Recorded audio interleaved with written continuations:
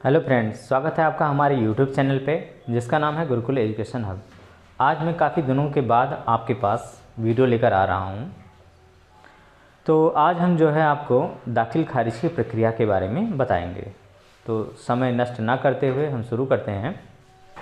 दाखिल खारिज की प्रक्रिया। दाखिल खारिज की प्रक्रिया क्या होती है इसके बारे में हमें जानना है।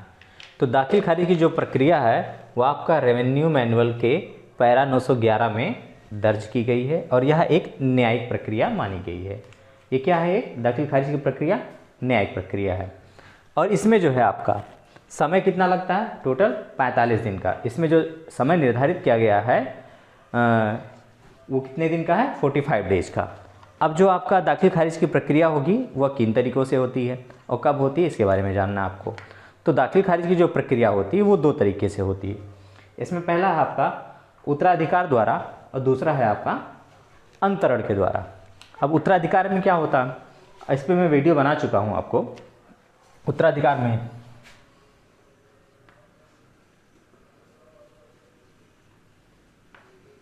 उत्तराधिकार के अंतर्गत जो नामांतरण होता है वह होता है आपका धारा 33 के अंतर्गत। ठीक है, इसके अंतर्गत जो है यदि कोई व्यक्ति मृतक हो जाता है तो उसके जो जायज़ और कानूनी वारिस हैं, ठीक है, आपको मैं धारा 109 धारा 108 के बारे में बता चुका हूँ। तो उसके बारे में आप पढ़ेंगे तो आपको पता चल जाएगा कि कौन सा कानूनी वारिस होता है और उसके हिसाब से जो है उसका नाम चढ़ जाता है। तो हमारा जो है धारा 33 के अंतर्गत जो है आपका आवेदन प्राप्त होने पे या स्वतः, ठीक है, आवेदन पे या स्वतः मृतक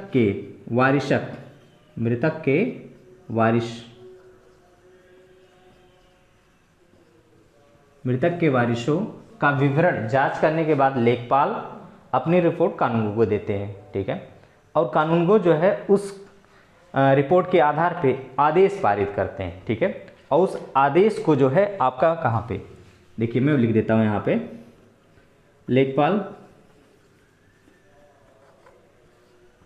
अपनी रिपोर्ट लगाएंगे। उसके बाद लेखपाल के बाद उस रिपोर्ट को कानूनगो इस पर रिपोर्ट लगाएंगे, आदेश पारित कर देंगे और उस आदेश को जो है आपका रजिस्ट्रार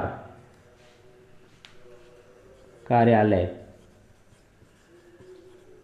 ये बैनामा वाला रजिस्ट्रार नहीं होता, तहसील में होता है रजिस्ट्रार ऑफिस, उसी में रजिस्ट्रार ऑफिस में जाएगा ये और वहाँ पे आपका यहाँ ये आपका जो है मालकान रजिस्टर पे दर्ज होता है। ये दर्ज होता है आपका मालकान रजिस्टर। ठीक है, मालकान रजिस्टर पे दर्ज होने के बाद क्या होगा आपका, इसे खतौनी में अंकित कर दिया जाता है।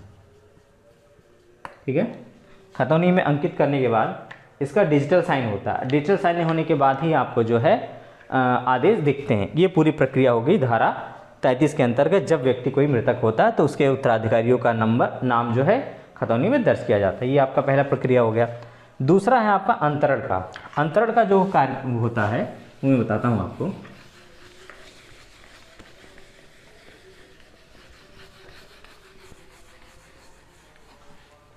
अंतरण में मेनली आप समझ लीजिए कि जब कोई व्यक्ति बैनामा कराता है, रजिस्ट्री कराता है ज़मीन की, या फिर कोई वसीयत लिखकर चला जाता है, या फिर दान के द्वारा कोई व्यक्ति जो है अपनी ज़मीन को किसी दूसरे व्यक्ति को दे देता है, तो उस केस में क्या होता है कि जो क्रेता है, ठीक है, जो बेचने वाला है और जो खरीदने वाला है, इन दोनों के बीच जो है नामांतरण की प्रक्रिया होती है।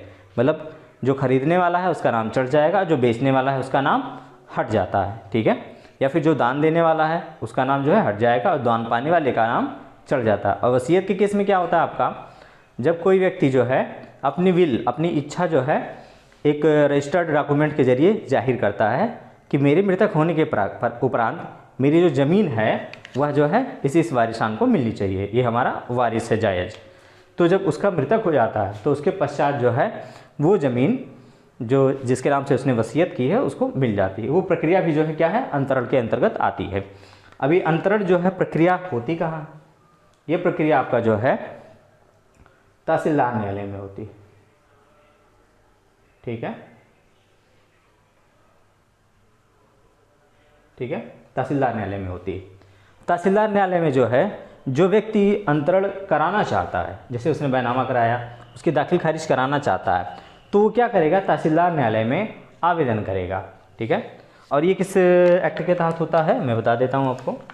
ये होता है आपका धारा 34 व 35 के अंतर्गत। इसी 2 धाराओं के अंतर्गत जो है आपका ये अंतरण की प्रक्रिया पूरी हो जाती है। अब तहसीलदार न्यायालय में क्या होता है आपका, जब व्यक्ति जो अंतरण कराना चाहता है वो मुकदमा दाखिल करता है। ठीक है, और उसने जब वो आवेदन दिया तो उसके बाद तहसीलदार न्यायालय से एक इश्तेहार जारी होता है। इश्तेहार मतलब हो गया एक सार्वजनिक सूचना या फिर जान लीजिए उद्घोषणा पत्र। तो उस उद्घोषणा पत्र के माध्यम से ये बताया जाता है कि ये स्थान, मतलब ज़मीन का जहाँ लोकेशन है वो मैं लिख देता हूँ उसको, जो उस उद्घोषणा पत्र में विवरण होता है आपका होता है क्रेता, बेचने वाले का नाम, खरीदने वाले का नाम, विक्रेता, ठीक है, स्थान, तारीख, लगान का विवरण, जमीन पे जो दे लगान है वो हो गया। ठीक है ना, क्रेता, विक्रेता, स्थान, तारीख, लगान, इन सब का जो है विवरण आपका होता है। अब ये जो इश्तेहार होता है इसको जो है सार्वजनिक स्थान पे भी सब चस्पा कर दिया गया, किसी ग्राम सभा की ज़मीन पे। और उसमें जो आपका इश्तेहार होता है, ठीक है, नोटिस होती है, वो तामील कराई जाती है।